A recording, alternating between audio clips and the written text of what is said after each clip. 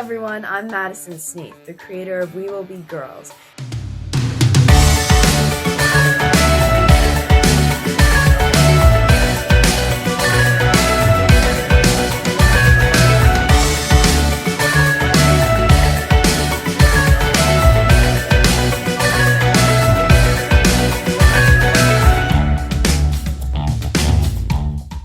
Present here.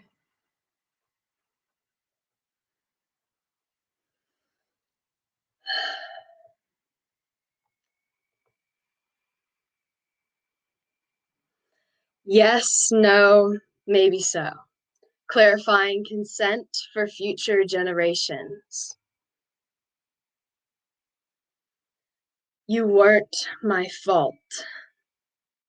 Assault, never asked for, was forced on me. The absence of yes is still no. A kind no presented with a smile is still no. To walk away, to sprint out of breath is still no. When lungs crack from belted no, stop, that hurts. It means just that. I wish for you to understand just that. I'd like to invite you to take a deep breath with me now. Inhale and exhale. Being a sexual assault survivor is part of my reality, but this doesn't have to be the reality. So how can we change it? How can we foster a future that prevents sexual assault? I want to tell you about an organization, Green Dot. Green Dot provides consent and bystander education for everybody, starting in kindergarten. These lessons are adaptable for each audience and city, and they make their examples and dialogue relevant to the students. The University of Kentucky adopted this Green Dot program in 2008 and conducted a 5-year study. By 2014, they were able to see a 50% reduction in their self-reported sexual violence.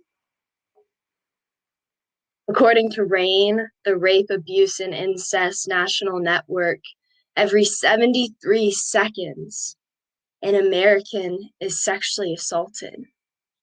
Every 9 minutes, that victim is a child. That means that just within the course of this talk, 7 adults and 1 child could be sexually assaulted. These statistics are reflective of our education system. So here's an Instagram reel showing that, featuring me with hair.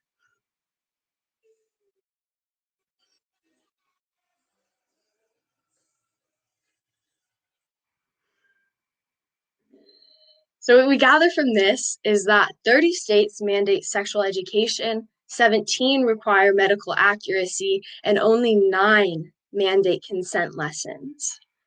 This means that 41 states fail to teach that no means no. So how can we change that? Well, first we need to define what consent is. The Consent Awareness Network is doing lots of work to give victims of sexual violence the justice they deserve. No state or territory provides a proper definition for the word consent in their penal codes. But Joyce Short is fighting through this network to define consent in law as a freely given, knowledgeable, and informed agreement. Next, we need to teach kids how to use consent in their daily lives. We learn things very fast as kids. From the moment we pop out of that womb and take our first lungful of oxygen, our brains are working so hard and making millions of neural connections every minute. So it doesn't take much for kids to pick up on the sayings and ideologies imprinted in our daily lives. I've been a youth worker for 5 years. Every day I wake up and look forward to their unfiltered commentary and curious questions like, why would we bother growing grapes when we can just make raisins instead? But then Jamie steals a toy from Lorelai, saying no means yes. Then I freeze. My heart dropped thinking about how the boy that sexually assaulted me in middle school used to joke around with this terrible phrase, no means yes. I immediately put a pause on our game and explained to these girls how important it is that no means no and yes means yes. In this conversation, I made sure they knew they weren't in trouble so that they would listen to me without fear of punishment. These conversations take such a short amount of time, but whenever they come up and reinforced, it can transform the way that kids learn about healthy and safe boundaries. It's vital we start having these conversations with kids. These conversations can prevent sexual assault. These conversations could have prevented my sexual assault. If the definition of consent we learn to use is a freely given, knowledgeable, and informed agreement, then consent has nothing to do with sex. We practice consent daily. As kids, it can be seen as asking whether or not they'd like to give a kid a kiss to a relative. By kindergarten, it's asking whether or not they want to share their toy. And if we do this properly, then by the time that they're 6 years old, they should have a pretty good idea of what physical boundaries are. As we get older, the way that consent comes up changes. In middle school, it can be teaching kids to set boundaries, not just in romantic relationships, but friendships as well. Dialogue like, I'm not comfortable with this much affection. By high school, it can be teaching kids how to set boundaries at parties with how many drinks they'll have or how they won't have any, and teaching them not to push others' boundaries. And by college, if the question hadn't come up already, it can be as simple as, do you want to have sex? So, as a future Marine, we do weekly physical training in order to prepare for boot camp. And when we were hanging out exhausted after one of these workouts a couple weeks ago, I asked this room full of guys when they learned about consent. One of them said that they were taught about boundaries from a very young age. It was something that his mom made sure her boys were always thinking about. But the others said they weren't really sure. They said that they probably learned about consent for a few weeks in freshman health class in high school. One of these guys said, I think it's something everyone just assumes we'll figure out. It seems pretty obvious and like common sense. I liked this because it was coming from pure intentions, this idea of, well, of course, they're either saying yes or no. It really isn't that hard. Except that since I've been talking, 6 people may have been sexually assaulted. So do we understand consent? We can't just assume people will figure things out correctly on their own, especially not in this era of technology where if you're curious, you can just pop on Google and before you know it, you're on Pornhub learning about violent and unrealistic sex.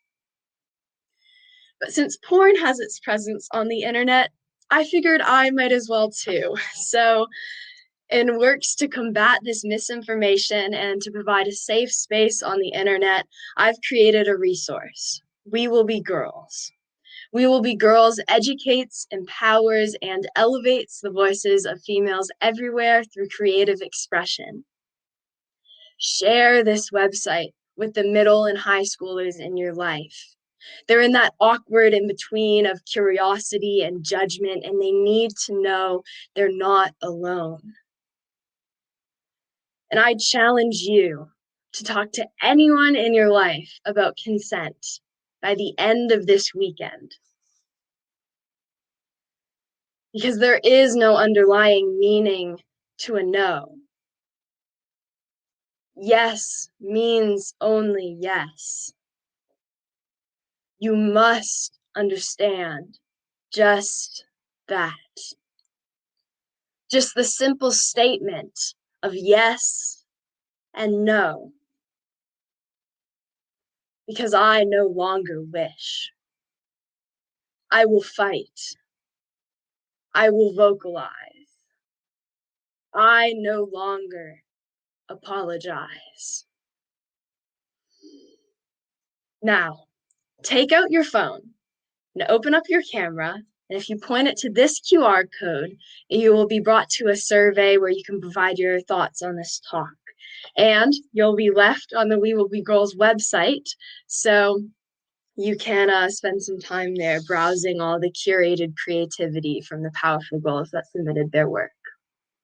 Thank you so much for listening.